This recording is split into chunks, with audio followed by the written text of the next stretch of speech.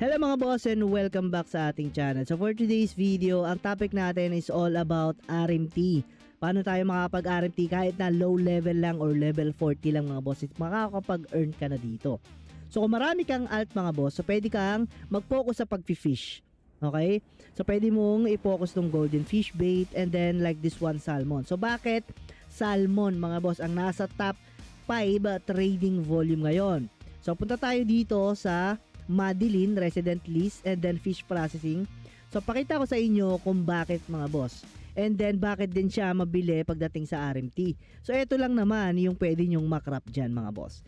XP gain on hunt increase 60%, cooldown 30 seconds, duration 30 minutes mga boss. 60% XP gain on hunt. So hindi lang naman yan ang pwede nyong makrap sa mga fish mga boss gaya nito, no?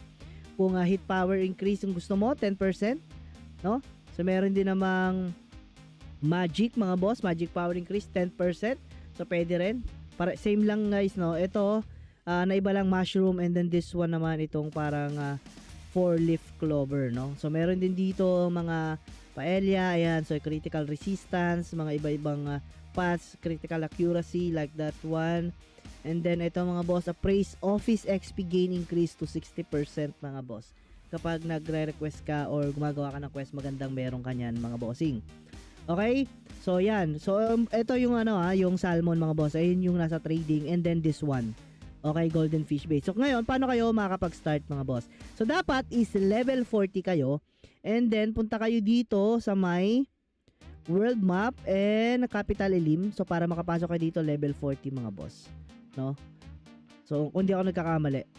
So yan, titignan natin kung makapasok tayo mga boss. Kung nakapasok tayo, di goods, no? Fish tackle merchant, so move tayo dyan. Instant move pala. Ayan, so naka-move tayo, so pwede level 20. And then I recommend level 40 kasi nga wala pa tayo nung pamingwet mga boss. Kailangan pa natin tapusin yung mga quest na yan till makuha natin yung mga pamingwet. Ito wala pa tayong pamingwet mga boss eh. Ayan, so wala tayong pamingwet dito. Mga basic item pa lang yan.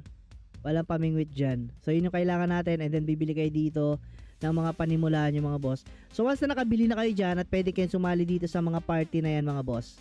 Ayan completing only after completing level 23 one who catches time. Ayan. So pwede kayo sumali dyan para makakuha kayo ng parang box mga boss. And then makakuha kayo doon ng golden fish bait at mag-start kayo tuloy-tuloy na kayong makapag farm dito ng fish mga boss. So napaka basic no. Kung tatanungin niyo naman ako paano may papasa, no? So hindi mo maipasa via trading 'yon. So mag-ghost trade kayo dito ng items nyo. For example, ibebenta nyo tong salmon, no? So mura lang naman siya. Ang pinaka price na ito ngayon. So check natin sa market. Marketplace is 10. So hindi niyo na kailangan bago-baguhin pa, no? So tax na lang mismo yung babayaran nyo kung magkano ipapadala nyo kasi pare-parehas naman yan ng price. So kung 10 din ilagay nyo, ang current na babayaran nyo lang is tax, no? Hindi na kayo mahihirapan pa na bumili ng tig 10 each, medyo mas makakamura kayo mga boss.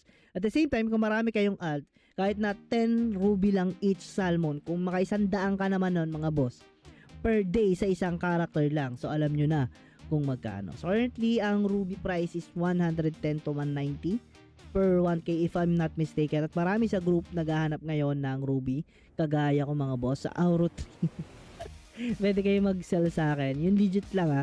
So yun lang muna for today's video mga boss, and then update ko ulit kayo about sa mga RMT games na natataklasan natin mga boss. So again, this is Potski. Maraming salamat.